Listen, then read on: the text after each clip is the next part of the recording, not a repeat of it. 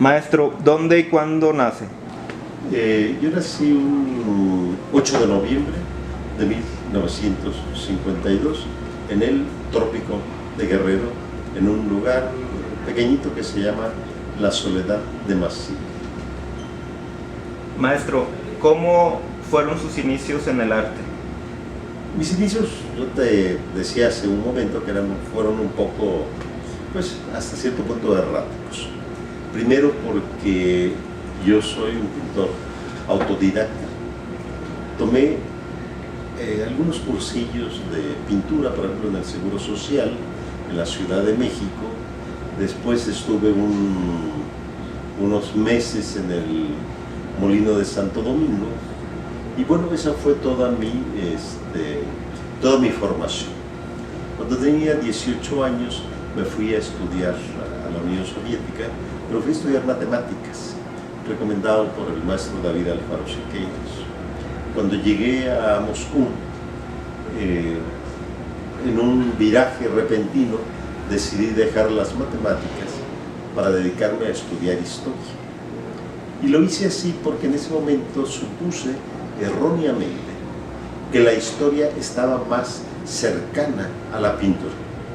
Ahora entiendo que en realidad son las matemáticas las que están más cercanas a la pintura, puesto que los lenguajes de ambas, en este caso de la ciencia y de la disciplina, por ejemplo, artística, tienen más que ver con todos los aspectos simbólicos y con lenguajes mucho más constreñidos en ambos sentidos, uno constreñido a la línea y la otra constreñidos generalmente a un razonamiento estricto y lógico. Entonces, bueno, yo hice esos cambios. Yo inicié como artista cuando llegué a Moscú.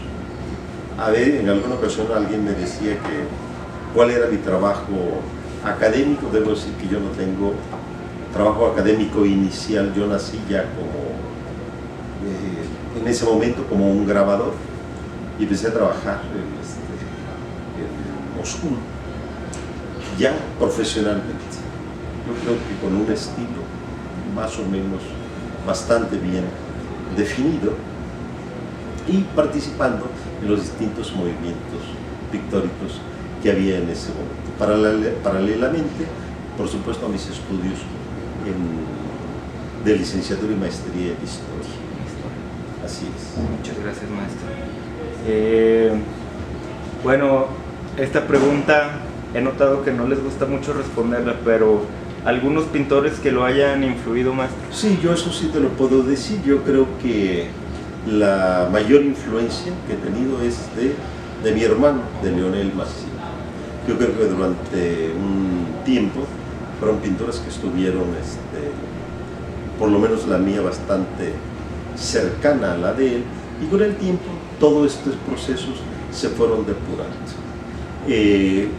A veces, por ejemplo, cuando se habla de las influencias, yo creo que tal vez no se entienda que no es a veces exactamente, por ejemplo, en otros casos,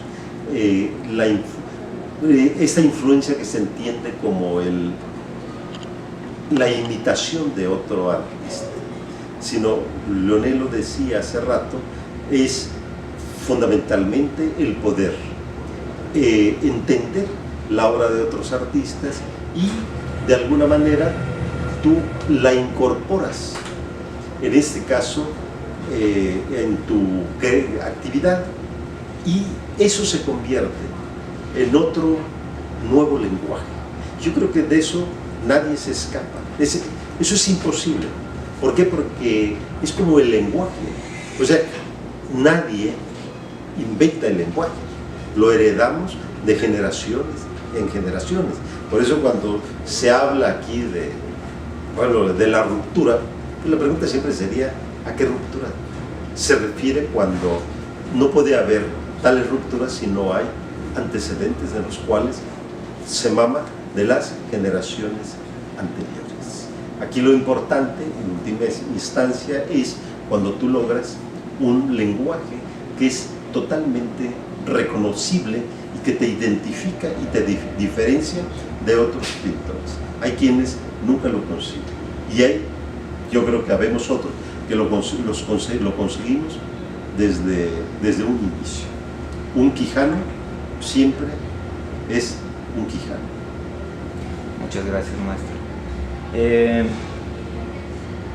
Bueno, cambiando un poquito de tema, ¿qué le ha parecido Zacatecas? ¿Qué le parece en general la ciudad y su vida artística?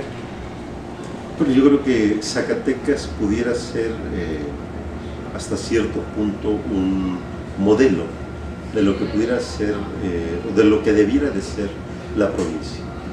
Creo yo que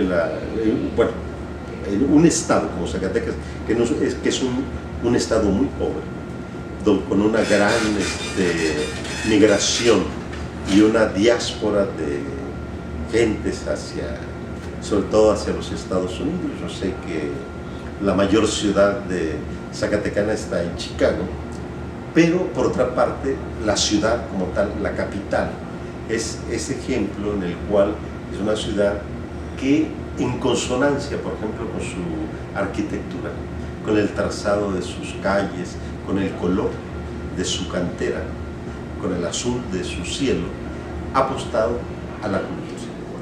Y eso ha permitido que en Zacatecas, por ejemplo, tengamos pues algunos de los museos más importantes del país. No hay, por ejemplo, ningún museo de la magnitud del Museo Felgueres como arte abstracto.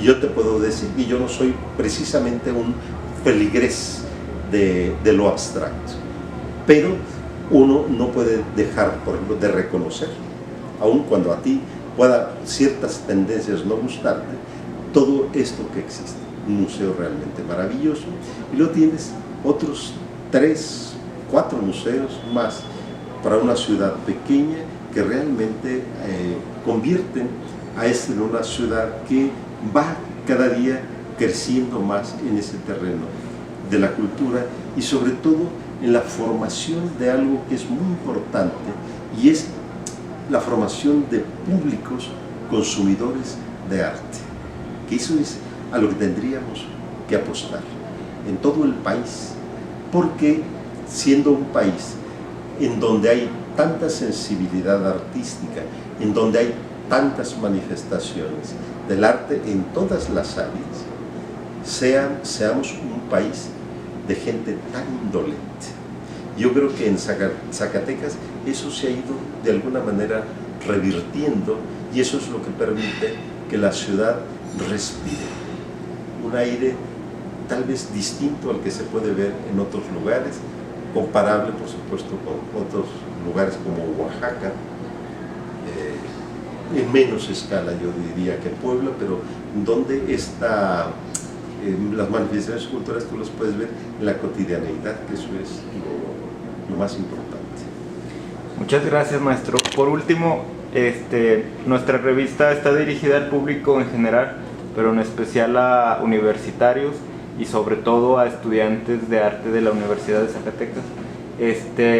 ¿Algo que le gustaría agregar para el público de nuestra revista?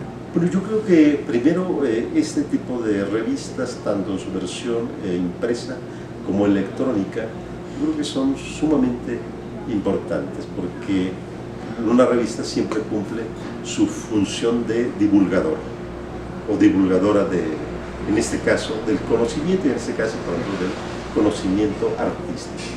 Yo lo único que sí podría, por ejemplo, agregar en este terreno por propia experiencia es que no se puede ser artista si no se tienen al menos 2 cosas: sensibilidad, porque tú puedes querer ser artista y no tener esa sensibilidad, es decir, no haber nacido con ese virus del arte, con esa locura, pues nunca podrás ser artista. Pero eso no es suficiente. El otro elemento es la disciplina. Sin disciplina no puedes hacer absolutamente nada. Y yo lo que sí recomendaría sería que todos los jóvenes que aspiran a ser artistas tienen que entender que deberían aspirar a ser artistas cultos. Es decir, tendrían que leer mucho, no solamente en el terreno del arte, también poesía, prosa, ver teatro, cine y sobre todo vivir intensamente. Sin esto, a veces yo creo que la producción artística puede ser realmente pobre.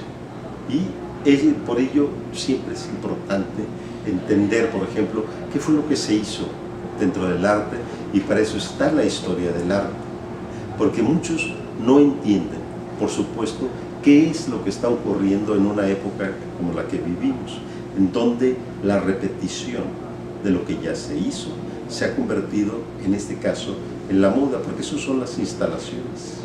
Es una repetición, eso lo hicieron los dadaístas, eso se hizo en periodos anteriores. El arte abstracto desde comienzos del siglo XX ya estaba en boga. No es malo, pero yo creo que tendríamos que apostar de nueva cuenta no a la repetición del conocimiento, sino a los lenguajes originales, los cuales ahora, curiosamente, ya no son valorados.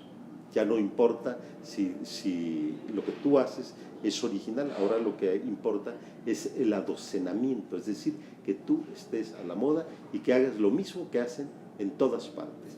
Cuando tú ves una instalación en Zacatecas, en Durango, en Chihuahua, tú las puedes ver en Francia, las puedes ver en Rusia, las puedes ver en todas partes. Y a veces hay que buscar la firma para saber de quién se trata. Pues muchas gracias, maestro, nos da muchos elementos para la discusión en nuestras aulas y en nuestras reflexiones. Muchas gracias a los dos. Bueno, gracias. Sí. Se paró de grabar un poquito antes, pero el audio sí siguió. Bueno. Déjale para conectarme. No, pues muchas gracias. Mucho